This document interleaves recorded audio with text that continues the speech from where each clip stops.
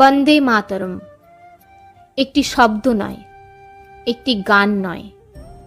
একসময় এই দুটি শব্দই হয়ে উঠেছিল ব্রিটিশ বিরোধী ভারতীয় স্বাধীনতা আন্দোলনের অন্যতম শক্তিশালী যুদ্ধধ্বনি। কিন্তু আজ প্রশ্ন উঠছে, বিগত ৮০ বছর স্বাধীনতা দিবস উপলক্ষে লালকেল্লার উপর থেকে এই বন্দে মাতরম গান কেন গাওয়া হয়নি? যে গান স্বাধীনতার লড়াইয়ে মানুষের মুখে মুখে ফিরেছে, যে গান ব্রিটিশ শাসকদের আতঙ্কিত করেছিল, সেই বন্দে মাতরম লালকেল্লার প্রাচীর থেকে গাইতে স্বাধীনতার পর ৮০ বছর সময় লাগলো কেন? ২০২৬ সালের ১৫ই আগস্ট ভারতের ৮০তম স্বাধীনতা দিবসে প্রথমবার স্বাধীনতা দিবসের মূল সরকারি অনুষ্ঠানে লালকেল্লার প্রাচীর থেকে বন্দে মাতরম পরিবেশনের ঘোষণা হয়েছে। এরপর পরিবেশিত হবে জাতীয় সঙ্গীত জনগণমন। কিন্তু এই ইতিহাস বুঝতে হলে আমাদের ফিরে যেতে হবে প্রায় ১৫০ বছর আগে। বাংলার আওয়াজের দর্শক বন্ধুদের বলবো, ধৈর্য সহকারে শুনুন এবং অপরকে শোনার সুযোগ করে দিন। সাল ১৮৭৫। বঙ্কিমচন্দ্র চট্টোপাধ্যায় রচনা করলেন বন্দে মাতরম। ৭ই নভেম্বর ১৮৭৫ সালে গানটি বঙ্গদর্শন পত্রিকায় প্রকাশিত হয়। পরবর্তীকালে বঙ্কিমচন্দ্র তাঁর বিখ্যাত উপন্যাস আনন্দমঠ প্রকাশিত ১৮৮২ সালে সেই গানকে অন্তর্ভুক্ত করেন। এরপর আসে ১৮৯৬ সাল। কলকাতার ভারতীয় জাতীয় কংগ্রেসের অধিবেশনে প্রথমবার বন্দে মাতরম গান পরিবেশন করেন রবীন্দ্রনাথ ঠাকুর। সেই মুহূর্ত থেকেই গানটি রাজনৈতিক ও জাতীয় আন্দোলনের সঙ্গে আরও গভীরভাবে যুক্ত হয়ে যায়। ধীরে ধীরে কংগ্রেসের অধিবেশনেও বন্দে মাতরম গাওয়া একটি প্রচলিত রীতি হয়ে ওঠে। এবার আসি ১৯০৫ সালে। লর্ড কার্জন বঙ্গভঙ্গের সিদ্ধান্ত নিলেন। বাংলাকে ভাগ করার বিরুদ্ধে শুরু হলো প্রবল আন্দোলন, স্বদেশী আন্দোলন।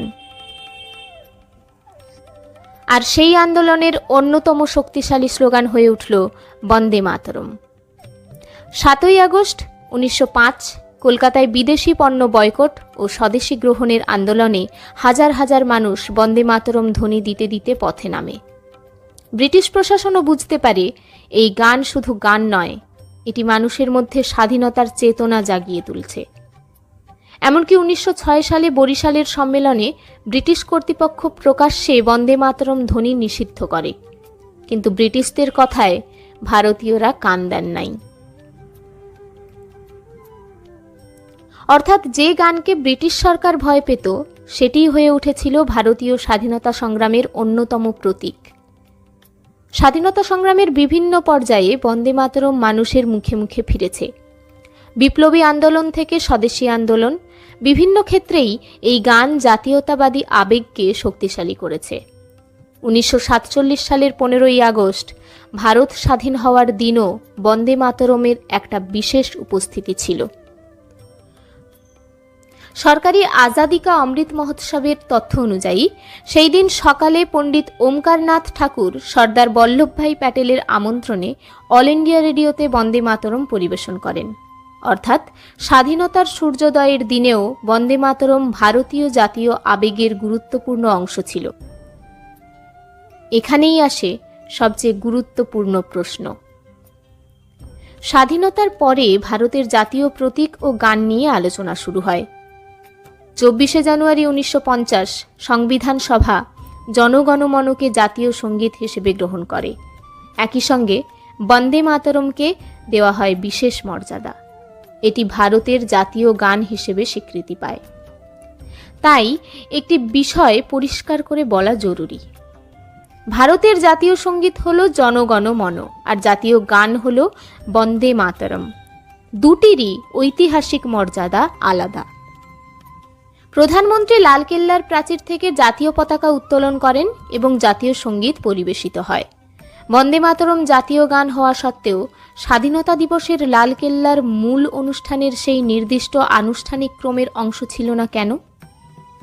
স্বাধীনতা দিবসের লালকেল্লার মূল সরকারি অনুষ্ঠানে বন্দে মাতরমকে আনুষ্ঠানিকভাবে অন্তর্ভুক্ত করার সিদ্ধান্ত এতদিন নেওয়া হয়নি কেন?